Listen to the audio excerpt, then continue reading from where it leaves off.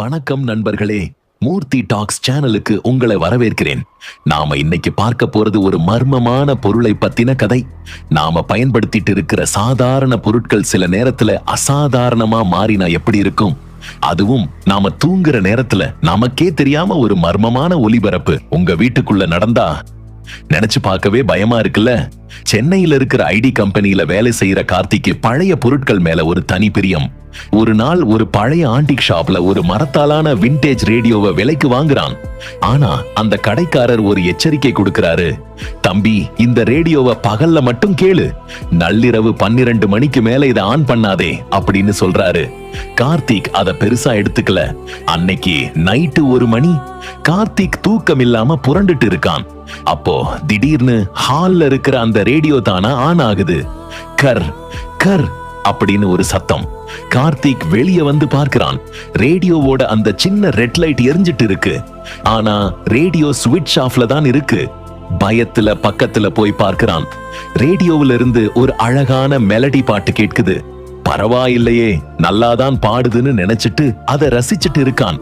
திடீர்னு அந்த பாட்டு நின்னுட்டு ஒரு நியூஸ் ரீடர் பேசுற மாதிரி சத்தம் கேக்குது. இன்றைக்கு நள்ளிரவு 1 மணி 15 மணிக்கு மவுண்ட் ரோடு சந்திப்பில் ஒரு கார் விபத்து நடக்க போகிறது. அதில் ஒரு இளைஞன் பலியாக போகிறான். கார்த்திக்கு ஒண்ணுமே புரியல. என்னடா இது, நடக்க போற விஷயத்தை இது முன்னாடியே சொல்லுது அப்படின்னு அதிர்ச்சி ஆகிறான். அடுத்த ஒரு 5 நிமிஷத்துல அவன் போனுக்கு ஒரு மெசேஜ் வருது. அவன் ஃப்ரெண்ட் ஒருத்தன் கார் விபத்துல சிக்கிட்டான்னு. ரேடியோ சொன்ன அதே டைம் அதே இடம். மறுநாள் நைட் கார்த்திக்கு பயம் வந்துடுச்சு. ஆனா அந்த ரேடியோ மேல ஒரு ஆர்வம். மறுபடியும் 12 மணிக்கு அந்த ரேடியோ ஆன் ஆகுது. இப்போ அந்த குரல் சொல்லுது, இன்றைக்கு இரவு உன் வீட்டின் பின் கதவு திறந்திருக்கும், ஒரு உருவம் உள்ளே வரும். கார்த்திக் பதறி போய் பின் கதவை செக் பண்றான். கதவு லாக் ஆகிதான் இருக்கு. ஆனா அவன் திரும்பும் போது ரேடியோ ஸ்பீக்கர்ல இருந்து ஒரு பயங்கரமான சிரிப்பு சத்தம் கேக்குது. பின்னாடி திரும்பி பார்க்காதே, நான் உனக்கு பக்கத்துல தான் இருக்கேன் அப்படின்னு அந்த ரேடியோ சொல்லுது. கார்த்திக்கு உடம்பெல்லாம் நடுங்குது. அவன் மெதுவா திரும்பி பார்க்கிறான்.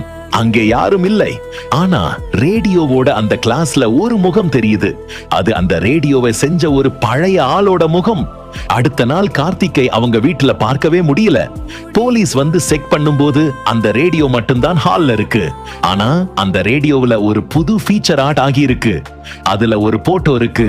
அது கார்த்திகோட போட்டோ. இப்போ அந்த ரேடியோல இருந்து ஒரு குரல் கேட்குது, அடுத்த நள்ளிரவு ஒலிபரப்புக்கு தயாராருங்க. மீண்டும் ஒரு திகிலான கதையோடு சந்திக்கிறேன். நன்றி. இந்த வீடியோ உங்களுக்கு பிடித்திருந்தால் லைக் பண்ணுங்கள், ஷேர் பண்ணுங்கள். மறக்காமல் மூர்த்தி டாக்ஸ் சேனலுக்கு சப்ஸ்கிரைப் பண்ணுங்கள். நன்றி, வணக்கம்.